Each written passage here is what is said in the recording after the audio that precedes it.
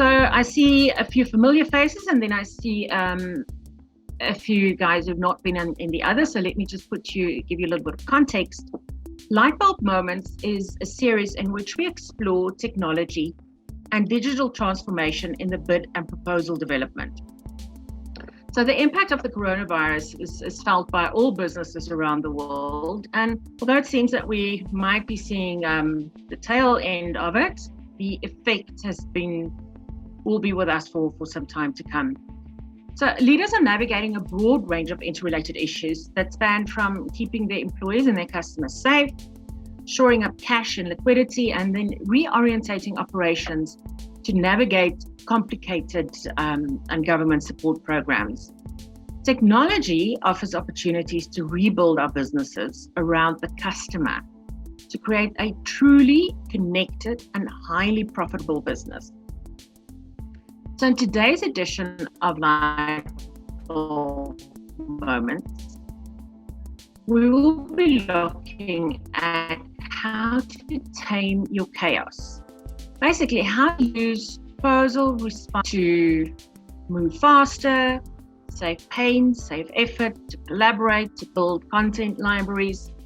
And our panelists today is two of our esteemed colleagues from over the pond, very early where they are, Catherine Bennett and Kumbi Maposa from Kumbi is in Toronto, Canada.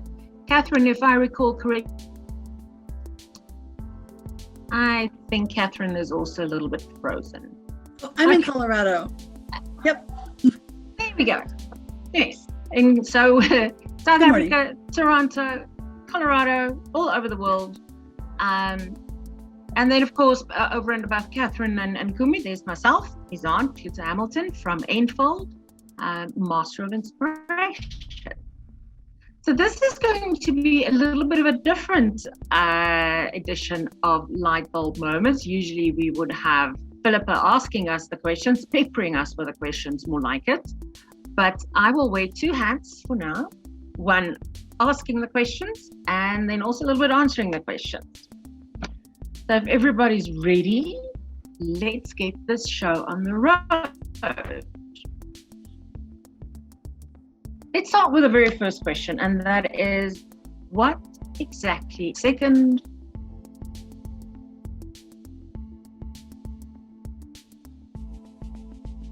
just letting people in, there we go, filling again.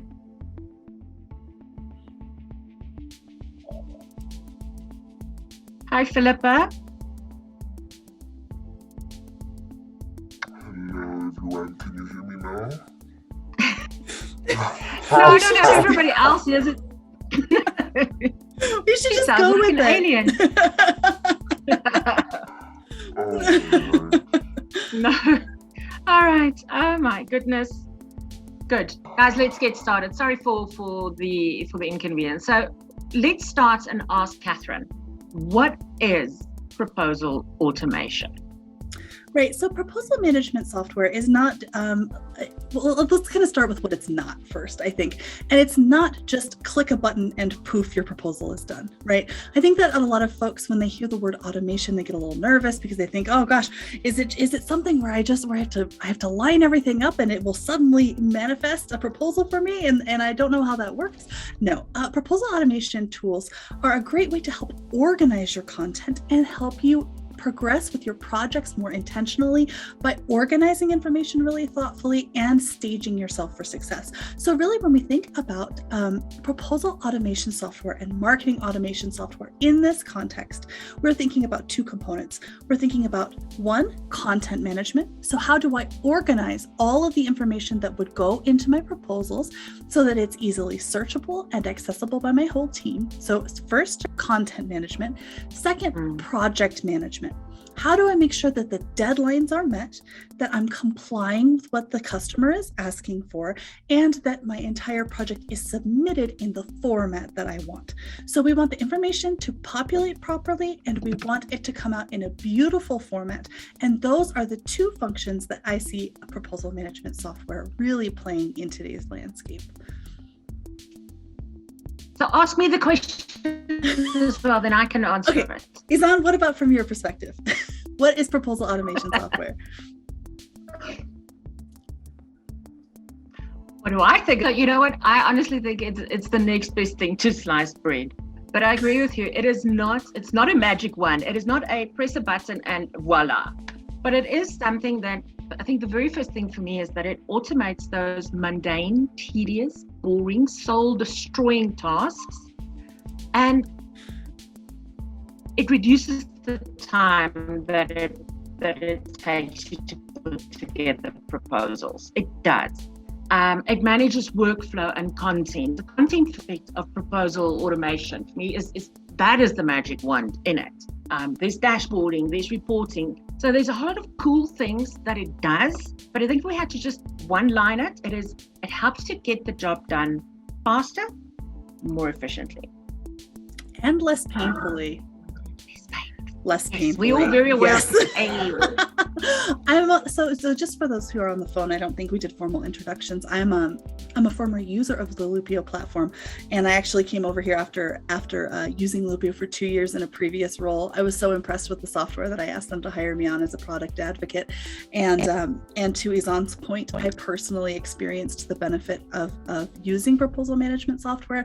And if I were to step into a role where they didn't have this software, we would have to adopt it immediately because there's just there's actually no other way to work. It's similar to going from horse-drawn buggy to motorized car, Yeah.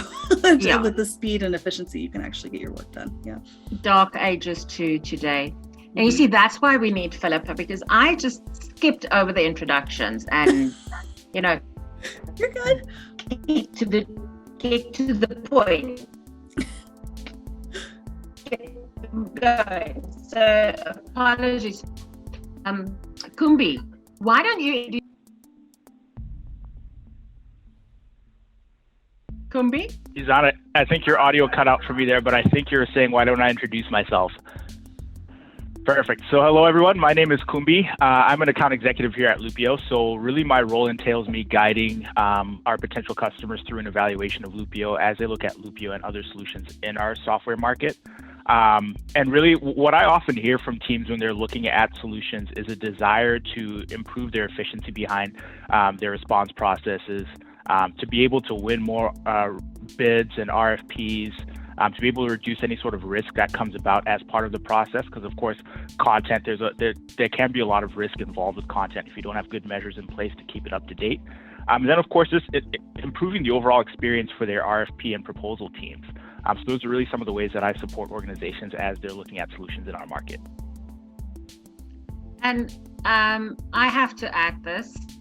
Kumbi is originally from Zimbabwe, which for That's me right. is just like the backyard and, Exactly. family. It's one of us. That's right. That's right. That's right. I'm really excited. As soon as I heard your accent, I felt like I was right back home. I'm so this I love the globalness of these meetings we have. I know I'm totally digressing, but one of our other delegates at the moment, Patrick is from, I believe, Switzerland or Germany.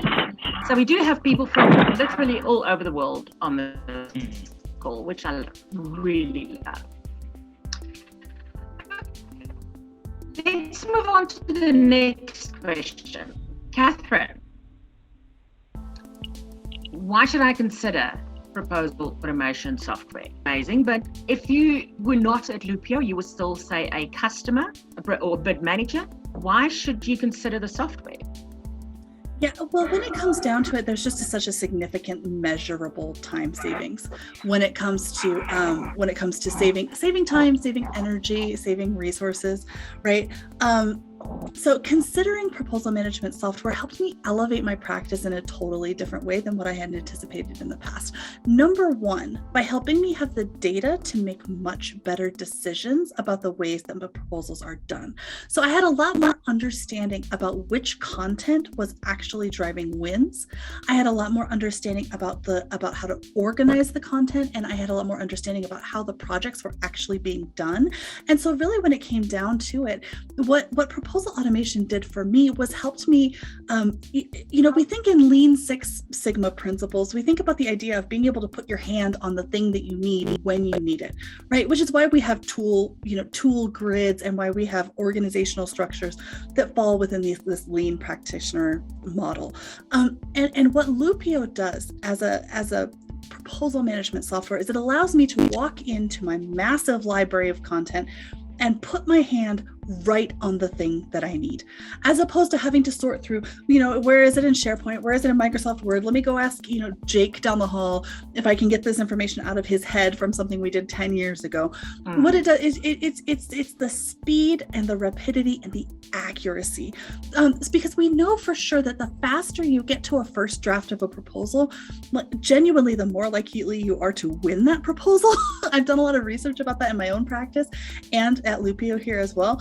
And so we think about how fast can we get to that first draft so we can start refining it. And that's really what drove it adoption within my organization and why I think proposal management software is so amazing, because it gets me to a first draft in record time. And that's what drives wins. So it builds team cohesion and helps you improve the quality of what you're submitting. Izan, what about you? How are you envisioning adopting proposal management software in this way? I'm going to answer your question with some of my own questions. So why should you consider it? So if you can answer yes to the following questions, then no, you don't need it. But when you manage a bid or you prepare a sales proposal, is it a walk in the park to get the content from a subject matter expert? Is the quality you get any good? How easy is it to keep track of progress? You've got multiple people, multiple deliverables you're managing. How do you know exactly where you are in that process? Is every response that leaves your door consistent, compliant, and something you are proud of? Do contributors stick to the schedule? Do they actually just use the template you have so painstakingly prepared for them? And I'm going to bet that the answer to most of these questions will be no for everybody. So if any of these are no in your life, then maybe you should look at a better way of doing things. But something, Catherine, that you mentioned that really caught my ear was, which content is driving wins. Won't you explain or expand a bit on which content is driving wins? Right. So we can think, so Loopio is actually rolling out some new features. Isn't it all the content? Oh, right. So you would think that it would be all of your content that's driving wins, right? But there are specific narratives that can probably help you dial in your exact messaging to find out what resonates with customers. Loopio is actually rolling out some new functionality called response intelligence that is helping us understand the quality of our writing and therefore understand which content really is the most beneficial when it comes to driving those proposal wins. So this is a really exciting new technology. It's brand new. It's going to be launched in earnest after the first of the year, and we're really excited to be bringing that to our customers. Also, I think that proposal automation software helps you by capturing debrief information in a really meaningful way. So if we're thinking about integrating proposal management software with our CRM, our customer relationship management software, what we can do is therefore capture debrief information that actually shows, which part of the proposal helped us get to the win or which caused us to lose, and therefore drives additional understanding. And when you're spending all your time searching through libraries of content, you don't have the time to conduct meaningful debriefs, or maybe you have to hire someone to do that, which is an additional expense. But if you bring the software on board, then you get to a first draft faster, you're doing more production activities faster. Now you can think about debriefing and doing win-loss calls in a much more meaningful way.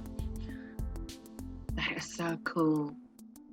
Philippa, our resident alien, let's try you again. Philippa, can you hear me?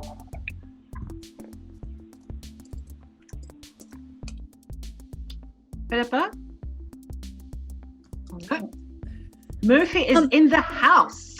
Izan, do you mind if I show a screen, a slide really quick with some industry information about this? Yep. All right, I'm going to grab the screen here really fast and just share this out really fast. It's interesting that the industry, can you all see the RFP software improves performance slide?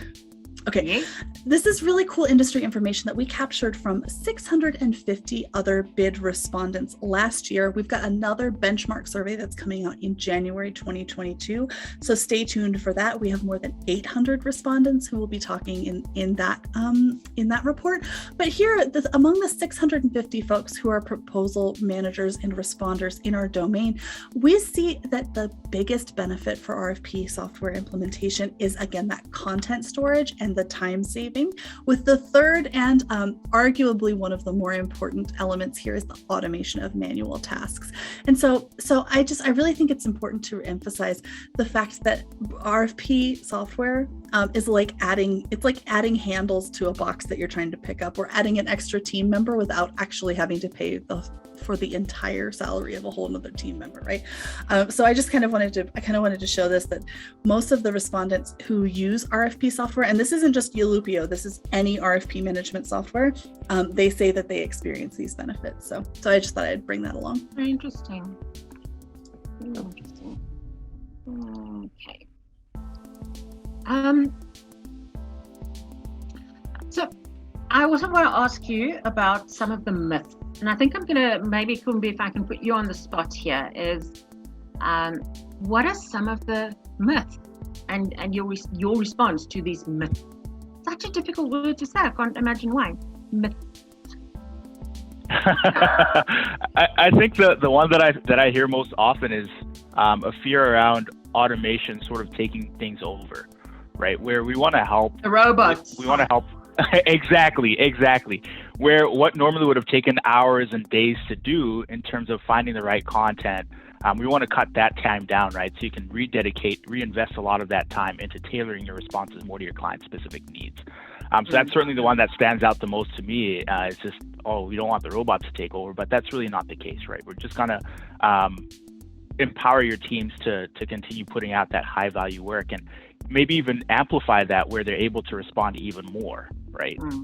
So RFP software automation technology isn't the end all be all. It really is going to help you get a lot of that manual lifting done, so you can spend more of your time, spend more of that talent curating a perfect response for your clients. I don't know if you've also heard I don't know if it's a myth or a truth, but apparently there's more technology in our microwaves today than there were in the first spacecraft that landed on the moon.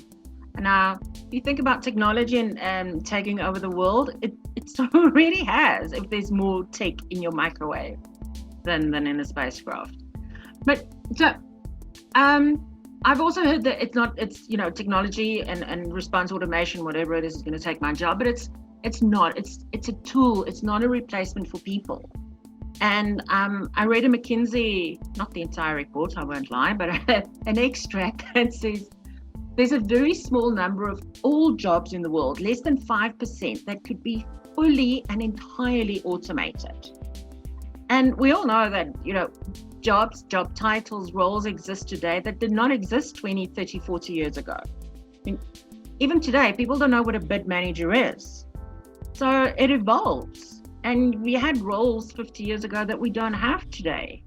So I think it's an evolution. But Catherine, you've also mentioned before, it's not a magic wand. It's not a press a button and voila. I mean, no measure of automation is going to do your strategy development. It's not going to do your stakeholder management, and it's not going to do your relationship building. So two opposites. It's not going to take our jobs. It's also not a magic wand. Yeah.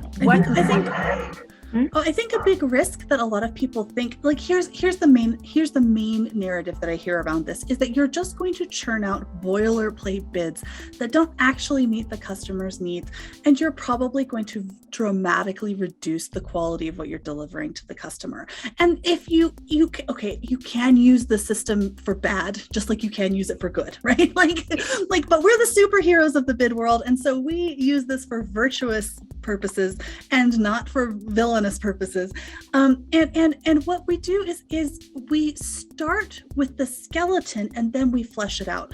I think of it from like an 80-20%, like the Pareto principle. We're going to probably be able to populate about 80% of our bids using the content management system that we have and using the automation.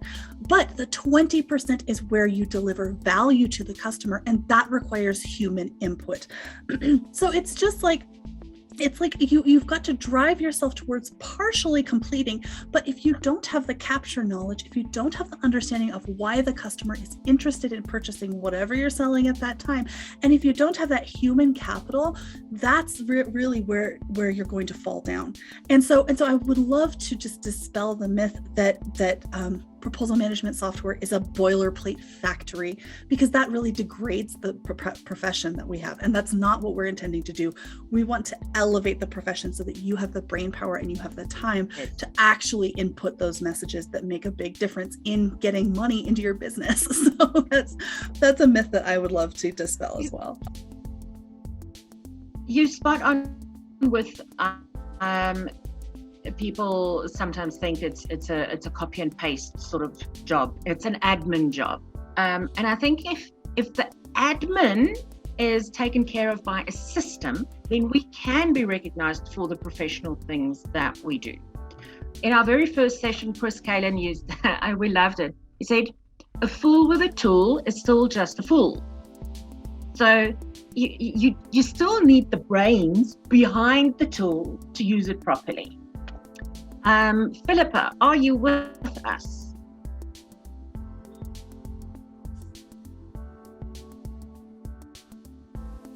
No, all right. Sorry, I saw she might have dialed in on her phone.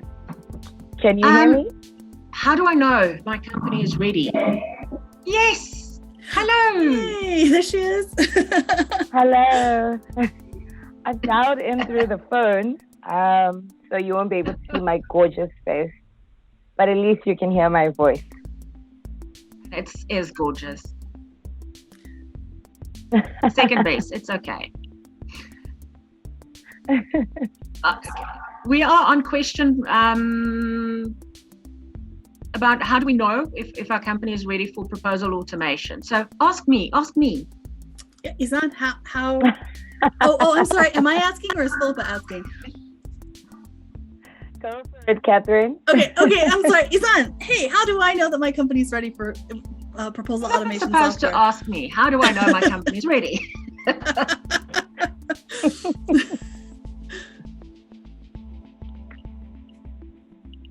Catherine, I'll ask the question. Let's go with this approach. Okay. How do we know when a company is ready for proposal automation?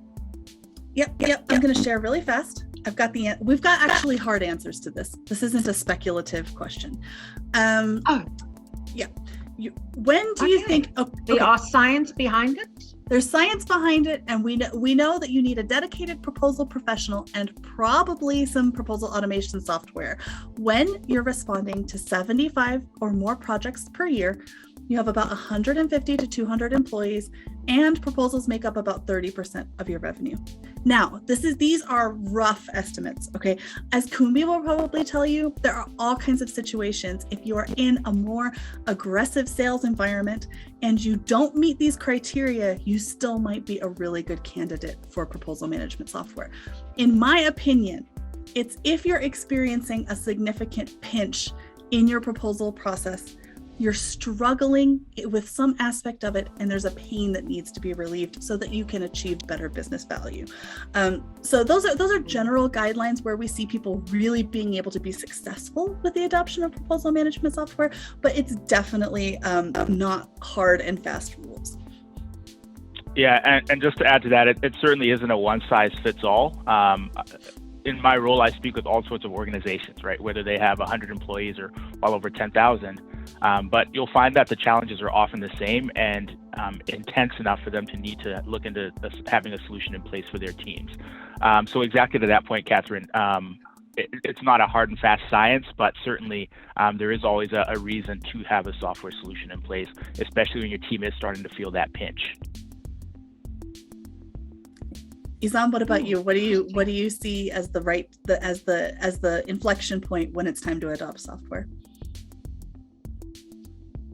I think if you're really serious to use proposals as a competitive advantage in your business development strategy and in your go-to-market strategy, if it is not just something that you have to do and you spend 2 seconds trying to do it. So if you care about what your clients think about you and your proposals, your company, and I guess if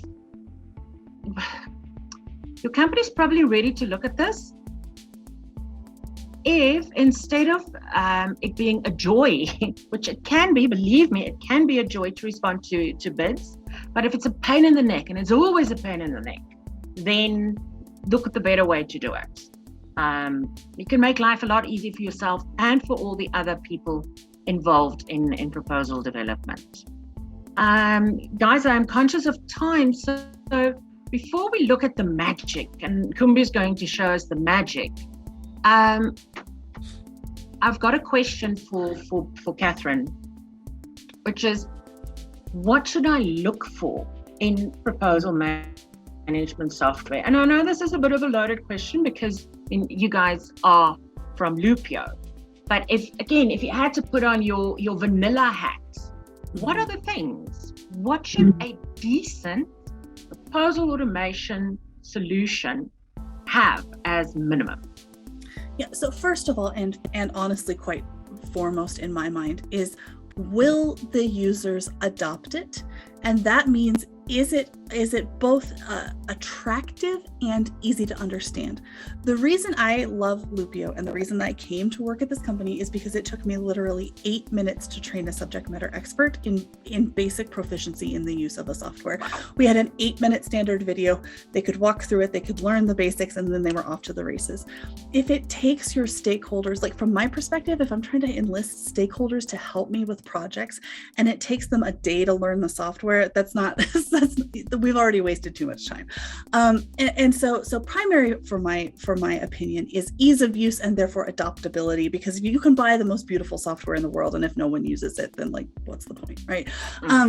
But the ability, here's also what's top of mind to me, is the ability to manage schedules and the ability to manage freshness of content.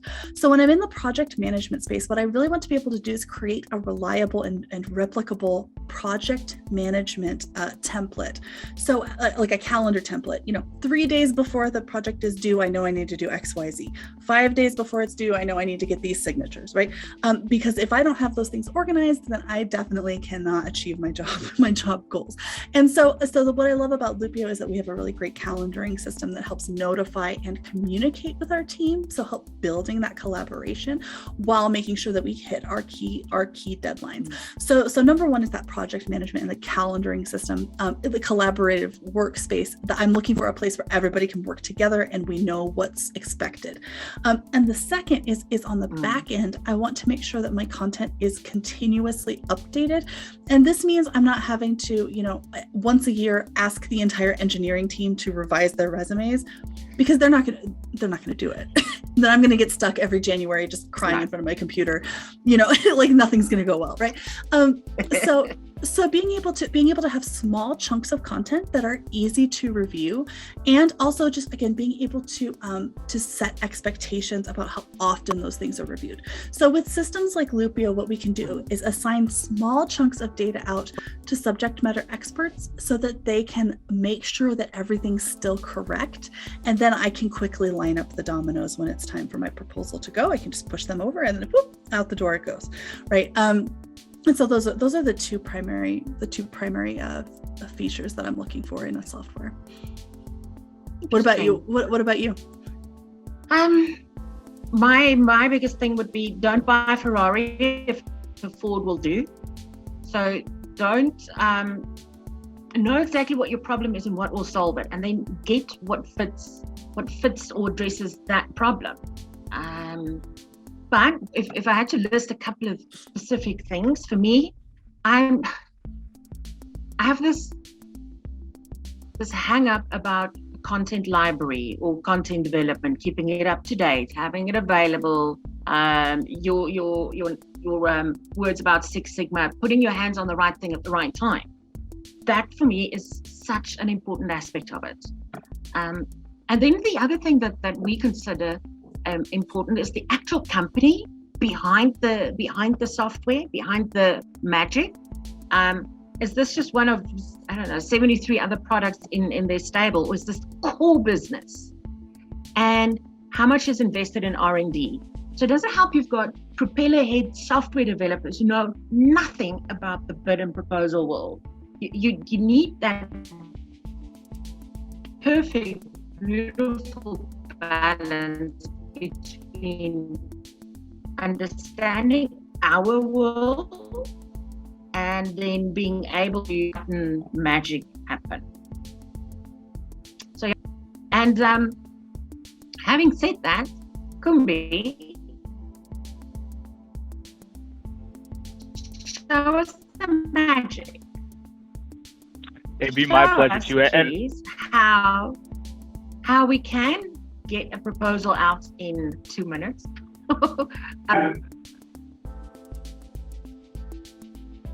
Absolutely. Thank you so much, Izan. And I just want to add one last point to that in terms of what to look for in proposal management software. And it's not necessarily the software itself. I think one thing that often gets overlooked is sort of how whatever technology, whatever software is in our market, you want to make sure that you have a partnership approach to having that software in place. Because of course, it's one thing to be able to pick up a software, use it on day one, use it throughout that lifetime, but you also want to make sure that there is sort of a partnership between you and that software solution, so the team there, where they guide you throughout your lifetime with them, and even having community initiatives in place as well to ensure that your team is still experiencing that continuous improvement over time. So without further ado, why don't I share my screen here and show everyone the magic. Just bear with me here. So you should be able to see my welcome Kumbi screen here. If I can just get a quick confirmation. Perfect. Thanks, Catherine. So this is Loopio when you first sign into the platform, and this is the dashboard. So if you think of this as sort of your control center for your response process, it's surfacing actionable insights that are helping you manage this entire process. So from being able to identify any ongoing projects and how your team is progressing on them, to just an overall snapshot of your library health and how well your team is able to utilize the content within that library. You can see all those insights here. And it's a really easy way of being able to manage the entire workflow as soon as you hop into the platform. So you can see what needs to happen. You can start prioritizing tasks. Now for today, we're going to focus on two main areas within the platform. The first being the library, where your team's going to centralize all your best gold standard content. This is the single source of truth for all of your response content. And then also the projects. So this is where your teams are going to come together, leverage tools to help foster collaboration, leverage the automation to get these responses done in record time. In record time. So I'm going to start by hopping into the library here.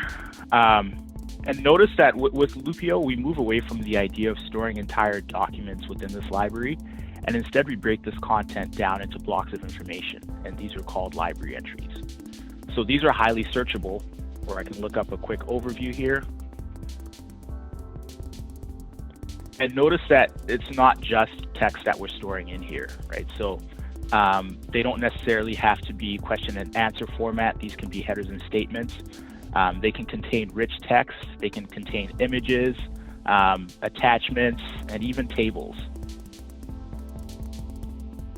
Because of how modular these entries are, we can also organize them just using this hierarchy into stacks, categories, and subcategories. And this gives a much easier way to pinpoint where exactly we're looking for content. Because of course, I know if you're using tools like SharePoint, like Google Drive, it becomes very hard when you're searching through documents for the right content. So with something like this, you'd be able to pinpoint where exactly this content's coming from. And that's going to give your teams greater peace of mind in terms of finding what they need the first time around. As well, I know something that that comes often with RFPs and proposals is no questions are ever asked the same way when you're comparing one to another. And so with this idea of alternates, you'd be able to store all the variations of how a question might be asked. And this is going to come in really handy because it's going to help improve the searchability and automation over time by reducing any duplicates that are in the library. As well, from a content maintenance perspective, it's going to help reduce the amount of maintenance that is required within the library. Because of course, instead of having to update this content 4 different times, you'd only have to look at the one entry that's associated with the 4 alternates, update that once, and you're good to go. Kumbi, I would emphasize here that it's essentially like being able to Google your own content instead of having to look in folders and files and take a guess. And so I really love the fact that it's so easy to find the individual chunks of content instead of having to dig through file folders. Izan here is. She's also asking, what about security? So I'm not sure if that's something that we'd want to address at some point here, or maybe put a pin in that as we continue through. Yeah, we can certainly put a pin in it for now. I guess, Izan, in terms of security, do you mean in terms of content governance or security for the overall platform? Security for the overall platform. There's concerns about if it's safe in the cloud, if it's on-prem, and then also around the GDPR and POPI requirements, because people are worried about making the wrong decision, breaking the law, getting into trouble, or pure and simple industrial espionage, corporate espionage. I just want to mention, we actually use Loopio ourselves to respond to any client-facing questionnaires. So as a result, we actually use it to store our own information as well, our own private information. And so we like to extend our customers the same level of protection to their content that we do our own. If you go to actually loopio.com/security, you'll be able to look up any of our security policies that we have in place, including SOC 2 Type 2 compliance and GDPR compliance as well. Okay. So now in terms of content governance, of course, being able to ensure that this content stays reliable over time is very important as well, because we don't want our teams to be leaning on outdated content for new responses. So there are a few different indicators here where you'd be able to see who created this entry, who updated it, when it was last reviewed. And if you notice on the bottom right here, we have this visual indicator. So this is a freshness score, and it basically indicates how reliable this content is, and it's objective and data-driven, where it's based on how often the content's used and when it was last reviewed. So it's not a subjective voting system or anything. And this is a convenient way of prioritizing content to review, and it helps give you greater confidence in your library as well, because when you see the score of 100, you know it's reliable, it's good to go, and your team can use this response. Kumbi, we've actually even found statistically within our platform that the fresher the content is, and this is on to what we were talking about, like what wins work, fresher content tends to win work. So that's a really important note to make there. That's borne out by data analysis that we've done internally. Exactly. And to help keep that content fresh, you'd be able to set up proactive review cycles here. So these would allow you to carry out proactive reviews for any of this content within the library, and you can set up a custom frequency for how often this content is going to get reviewed by any of your content owners, your subject matter experts, and they'd basically receive a notification directing them to jump into Loopio. They'd see that first dashboard that you saw with any tasks that are open, and then they'd jump into the library and review their content. So it's going to give that seal of approval. Your team's going to know, hey, this was already looked at by the right set of eyes, this person knows this content, and now we can use it as an extension of that. As well, you'd have a full audit trail for being able to revert to any previous versions of that entry as well. So this is really important, especially in cases where you do need to go back to a previous version of something to be able to track any changes that have been made. You have that full functionality available here at your fingertips. Now, I'm just going to pause for a second here and field any questions that we might have. Catherine, anything come top of mind? I think it is a good opportunity if anyone in the audience have a specific question whether it's about how to import an RFP, how to answer it, what the templates look like when you export it, how to assign tasks or responsibilities to other members. So any of those things that you'd like to know. So that's actually going to be our next stop. So really what I showed you was really the foundation behind Loopio, where we have a very content-centric approach. So we want to make sure that you have tools in place to keep this content up to date, make it easily searchable, make it easily accessible for the team. But from here, we certainly can jump into a project to walk through exactly how you can respond to a net new bid. Yeah, could we, real quick, with the content, is it possible we just have, like we talked about reviews, a lot of times multiple people need to be taking a look at this content. Like we can't just hand it to the engineer down the hall and say like, that's enough. What I would love to think about is how do we get multiple people's eyes on these pieces of content? Absolutely. So within the library, with that review cycle, you'd be able to add multiple reviewers, right? And give them their own unique timelines to complete these reviews as well. And then once we hop into responding to a net new bid, I'll also walk through how you can add reviewers there just to add that additional layer of protection before that content goes out to market. Yeah, thank you. I think it's really important to realize that it's not just one person who's like, you're not building single points of dependency when you're talking about making That's sure right. Your content is fresh. This is all about teamwork, and Loopio helps facilitate teamwork. So thank you for showing that. Absolutely. And that's something that your subject matter experts are going to be happy to do, because it's going to reduce the reliance on them as new RFPs and bids come up, that you don't have to keep tapping them on the shoulder to verify if that content's up to date. You'll see it already has their seal of approval. It's gone through multiple reviews. And again, that's something they'll be happy to do on their own time versus having those deadlines come due. If I may jump in and ask a question, since we're still on the topic of content, maybe it's stretching it a little bit. How do you deal with the question or the objection that all our solutions are different? Every time we do response, it's putting together different ingredients in a different output. So actually, a content library won't help me. So I'd say it actually would help, because this is where you can start looking at segmenting your content, right? So if you look in these stacks, these can be individual product lines, individual business units, whatever works well for you. And this is something our team actually partners with you to determine the best way to structure this library. But then you'll see when we start responding to a net new bid, we'd be able to filter using any of these stacks, categories, and subcategories, but even using tags. So I have these two examples where I have these services offered within a particular product line.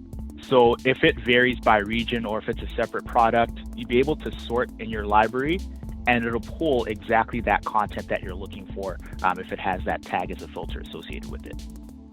So there are a couple different ways that you'd be able to segment that content, knowing that if you're responding to a bid using a particular product or service line, you can filter by that content for that bid.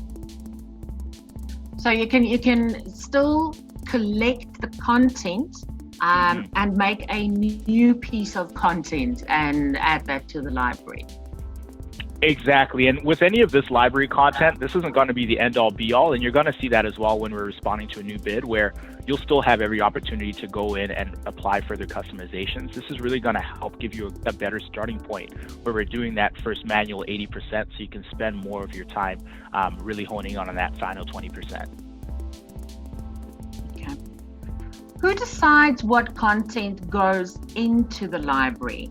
I understand there's the freshness score, but can anyone add to the library? So is it garbage in and that's too bad? So yes, anyone can, but you don't want that to be the case. So you would be able to set up role permissions here where only certain people can make changes to content within the library. Because of course you don't want a wide range of people being able to make changes to this. You want to try and keep it as consistent as possible. So if it's coming from a smaller group, then it becomes a lot easier to achieve that. So the short answer is yes, it is possible to have everyone jump in and make changes, but that's not a best practice. You want to be able to keep that group small to keep that content consistent. And again, you can set up role permissions. So within Loopio, with these stacks, you can set up individuals who can access content to make changes within that stack. Okay.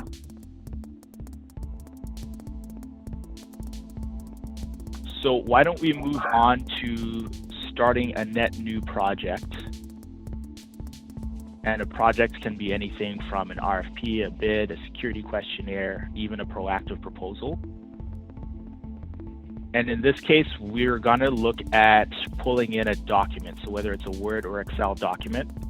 And right now I'm filling in any key details for my teammates. As I start assigning work out to them, they'll know exactly what's expected of them on this project. So as I mentioned, this can be any type of client-facing document. And then with export theme. Sorry to interrupt you again. I see there's a tick box there that says enable open collaboration for this project. What does that mean? So open collaboration would mean basically anyone would be able to jump into this project and pick up any work that's available within the context of this project. So it's a great way to ensure that people have the ability to jump in, reassign work, and answer any of these entries within the project. Okay.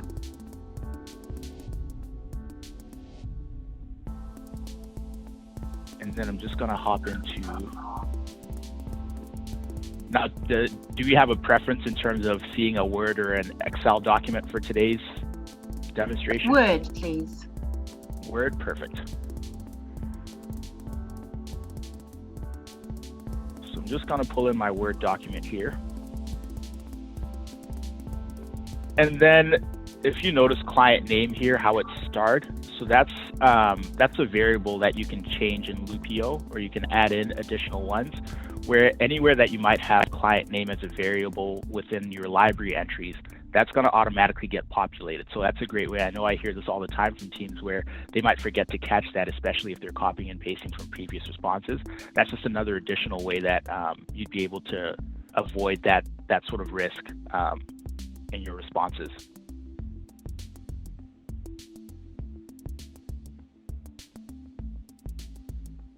So now we have our document in Loopio here. And I'm going to go ahead and import the questions from this RFP right into the platform. So notice here, Loopio's already identified a lot of this document. I know for a lot of teams, there's often a lot of time spent setting documents up to respond. And that's true whether or not you use a dedicated solution, where you might have to send off your source document to that provider, to that vendor, before you can start responding to a question so they can import it for you, or you have to spend a lot of time breaking this document down. So with Loopio, a lot of that work is cut down thanks to our intelligent project import here. So it's gone through and identified these document structures, and that's going to save time to help cut down on any of this setup. And then what I'm doing is just doing a final sweep to make sure everything was identified properly. So notice as I identify one of what's a question, Loopio has the intelligence to identify the remainder of this document as well.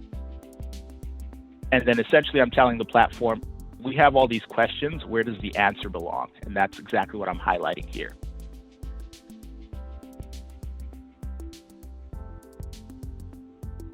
So now the document's marked up and we're ready to go. We can start importing our questions in. And that's just one area that we're going to continue to invest in our AI and machine learning capabilities. And it's going to keep getting better with time as we continue to bring that best-in-class AI and machine learning to areas of Loopio that bring your business the most value. When you talk about the machine learning, is it how to ask, if I'm using Loopio today in my organization, will it be smarter in a month and in 6 months time than what it it is today for my organization and my content. Absolutely. So think about any time that you start responding to a new project within Loopio, think of it as a training size, making the platform, making that library, the automation you're going to see, and then even that project import more robust over time. Okay. So now that we have that project in here, we can start setting up timelines. So if we need to add any specific milestones, or if you have a specific timeline that your team tends to follow, so 3 days before you want to have this signed and reviewed, you can add that in as a template in Loopio, and it's going to populate that calendar for our team. So everyone's going to be on the same page here. And then once we have that outlined, here's where the magic kicks in. So this is Loopio's automation engine. If you recall, back in our library, we had those various library locations. So here's where you can get really selective about where this content's coming from. So if you had a product-specific stack, this is where you'd be able to choose content coming from that stack itself. And then that's going to cut down any time that your team would normally spend sifting through, trying to figure out if this content actually belongs where it is. And as well, you have the ability to apply those tags, and then further options just to help improve the searchability of Magic as well.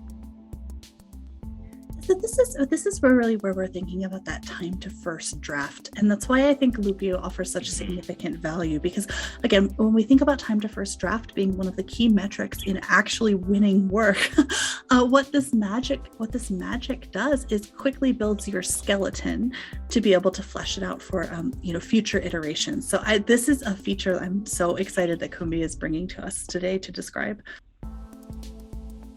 Absolutely. And right now what's happening with Magic is it's scanning against the requirements in our document and then scanning against the content in our library. So those library entries we looked at earlier, and based on relevancy scores, it's going to pull in the best content for this response, right? So instead of doing that manual copying and pasting, searching through past documents, Magic is doing that work for us.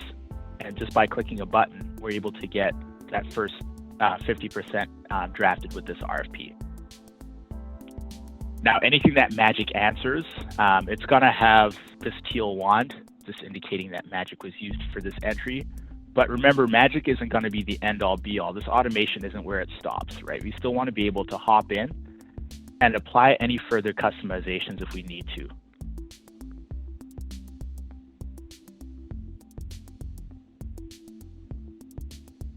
And then I'm just going to jump down to a section here where where Magic wasn't able to find the answer.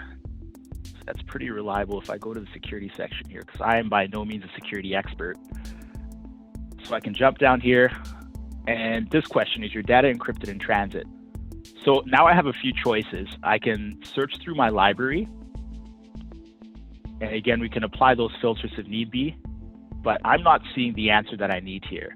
If I did, I'd be able to use the answer and add it in, but in this case, I don't.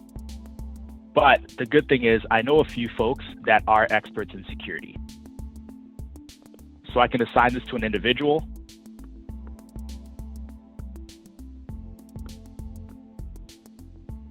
And assign them a due date, just to keep everyone aware and to keep this project running smoothly. So notice as I start assigning out this work, we have a progress bar across the top that starts filling in, and it's even got these milestone markers as well. So it gives you a really visual snapshot of how the team is progressing on this project. And then in terms of assigning that work, I can do that across an entire section as well. So you don't have to go through and click one by one here. You certainly would be able to assign this to an individual or even a team. So this comes in really handy. If anyone happens to be out of the office on that team, at least I know I can assign this to the entire team, and they'll still be able to hop in and pick up on this work so we can get it done in time.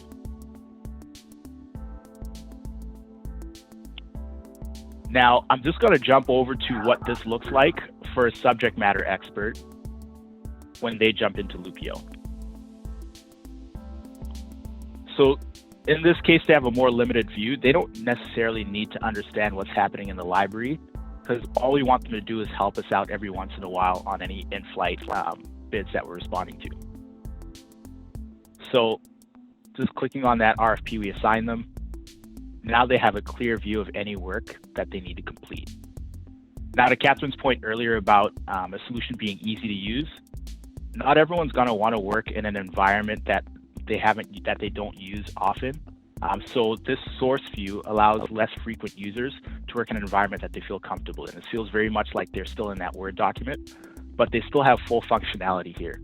So if they're on this team, they can claim the assignment, review it, make any necessary changes, and it's ready to go. And notice as it gets reviewed or as it goes into review, that color changes. So it notifies everyone in terms of where is this question now in relation to this project. And I'm just going to jump down to that individual question I assigned them, right? So they still have full functionality here. While you jump down, can I copy and paste into these blocks from wherever, desktop, internet, another document? So you would be able to from the library. Now in this person's case, because they don't have access to the library, we only want them to be a subject matter expert and provide context within a particular response. They wouldn't be able to do that, but certainly I'm going to jump back to that original view that I had. I'm just wondering if I'm a subject matter expert and I'm asked to answer a question, and the answer is long, it's 3 pages long. How do I quickly get it into the question and answer without having to put it into the library? Or what is the fastest way to get the answer into the system? So let's say you had the answer in a policy document, for example. You'd be able to jump into that document, copy and paste right into this response, or you'd be able to add that policy document as an attachment. Now, again, what we're looking at here is a view of someone who doesn't have access to the library, but if they did and you had that content living in the library, they would be able to copy it in from the library itself. But it's just that this person's limitation, because of the type of access we've granted them, they can't actually go into the library. Okay. So, Kumbi, I'm going to stop you. Sorry. I know this is magic and this is cool. I love it, but I think we've in spite of all our challenges, we have reached our hour of what we scheduled for the webinar. Before we give people permission to leave if they want to, I just want to find out if there are any specific questions, because then I'd like us to carry on with the demo for those who are keen to stay for another 5 or 10 minutes. But if anybody has a question and they need to leave, you're very welcome to ask the question now. And then for those who would like to stay, we'll carry on for another 5 or 10 minutes.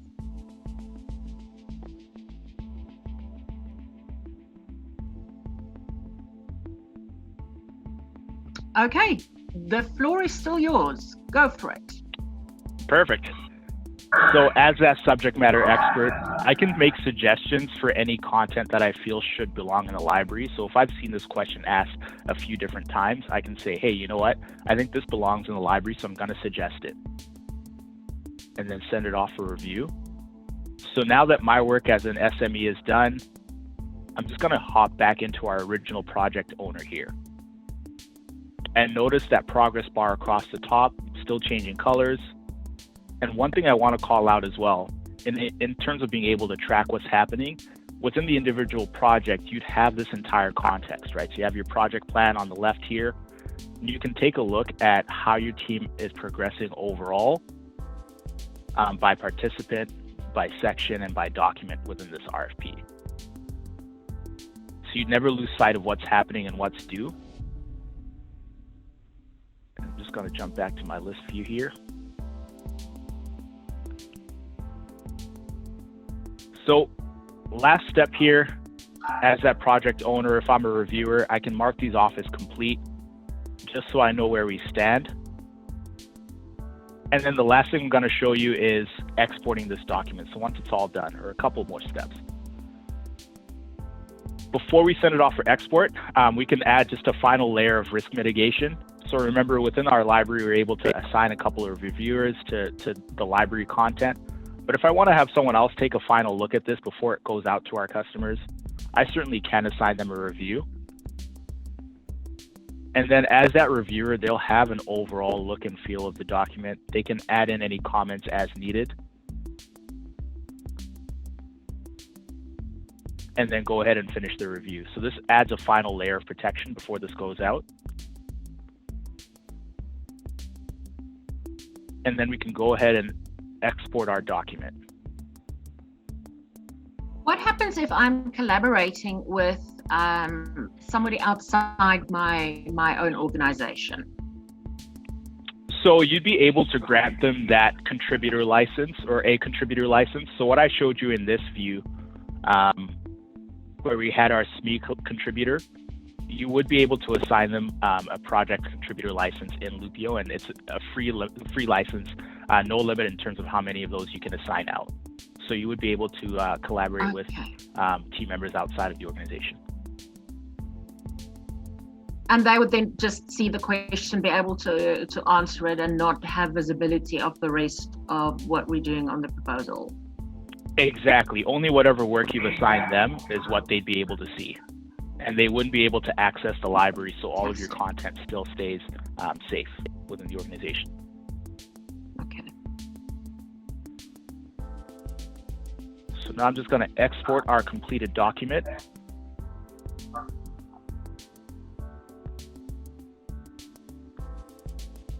let me pull this over for everyone to see.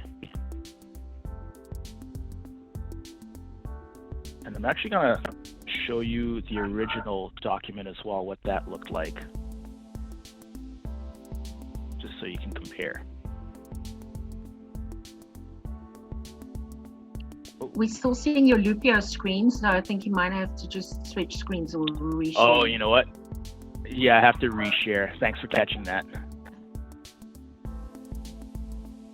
There we go. So this was our original document. Right, this request for proposal, Vanilla Industries, blank document here. And now this is what it looks like once you've exported it, right? So we've gone through, we've applied the automation, we've applied any further customizations, but now we have this beautiful looking proposal. It's very presentable. It's got all that new content we added in.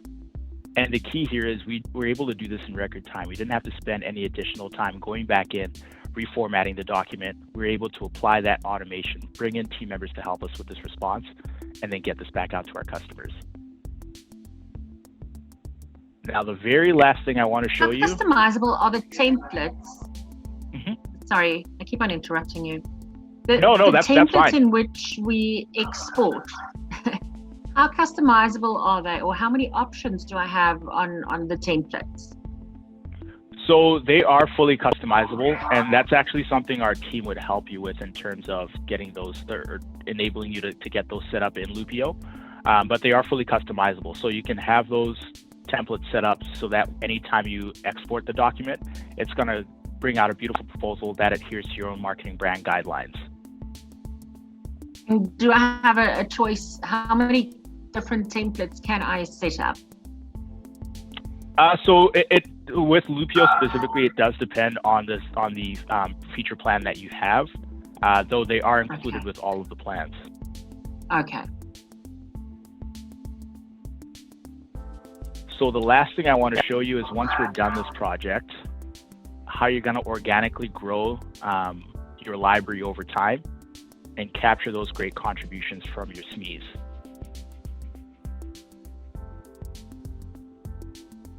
So by going to reviews here, remember I added that new answer in as our subject matter expert. So now this is going to surface those changes and give you the ability to choose whether or not you want to add it as a new entry or leave it out of the library entirely if you know you're not going to see this again. But this is just how over time that library is going to get more robust and the automation is going to become more reliable as well. So that brings us to the end as far as platform functionality for today. Just going to pause for a second. If there are any other questions, I'm more than happy to take those on.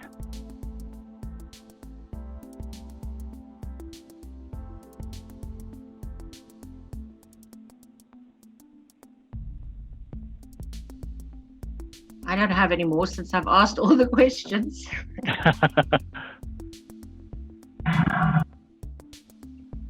I think and I'm not sure if I should direct this question to you, Kumbi, or Catherine, to you. But how affordable is this in South Africa? We're on the wrong side of the exchange rate, and I think that might be a question that a lot of guys might have. Absolutely, and the short answer is it really depends as an organization in terms of what your specific needs are. So I did mention earlier that we do have customers that have under 100 employees and ones that have well over 10,000. But the key here is Loopio is flexible. We do have flexible licensing options for teams. So that shouldn't be a worry in terms of, is this going to be too expensive? At the end of the day, we are helping enable your team's revenue. And I think that's going to be a great metric to keep track of having a solution like Loopio in place. Just by the numbers, one that I like to share, on average, teams that utilize Loopio are able to respond to 37% more bids, right? And so that's just an example of how Loopio can give you more at-bats so you can start growing that revenue number for your team. Or you're going to have 30% more downtime, I suppose. That's right. It's also not a bad more win. peace of mind. Spend it on your capture activities, right? Yep. So what do you offer trials? Do you offer proof of concepts? If someone wants to try before they buy, what is the Loopio way? So they can get in touch with us. On our website, we do have a request a demo form, request a call form, and any member of our team will be able to reach out and then start getting that process up and running.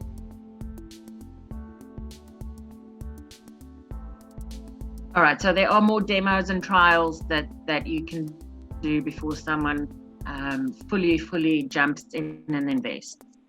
Is that Absolutely. right? So as part of the evaluation process, that is something we're always happy to do. I think it's the best way to compare solutions in our market because, of course, any solutions that you look at face, they're all going to do a lot of the same thing. But really to be able to test out the ease of use, how we partner with you as you're going through that process, really the only way to test that out is going through the trial process as part of the evaluation.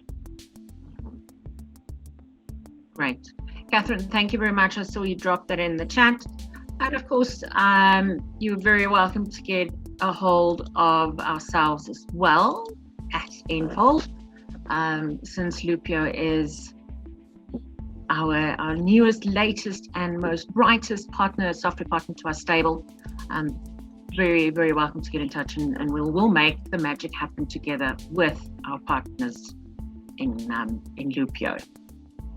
Thank you very much, everybody. I think we have probably reached the end of our webinar today. We have overrun, like I said, but I'm glad to see that a lot of people stayed. And if you found this interesting, you know where to get a hold of us. Catherine, thank you very much for your time. Kumbi, thank you very much for your insights and the great way you've demoed it. And thank you very much to everybody who's attended the whole series of Lightbulb Moments. Please stay safe, look after yourselves, and we will be sharing this recording in due course, minus all the glitches. Thank you, everybody. Keep well. Bye-bye.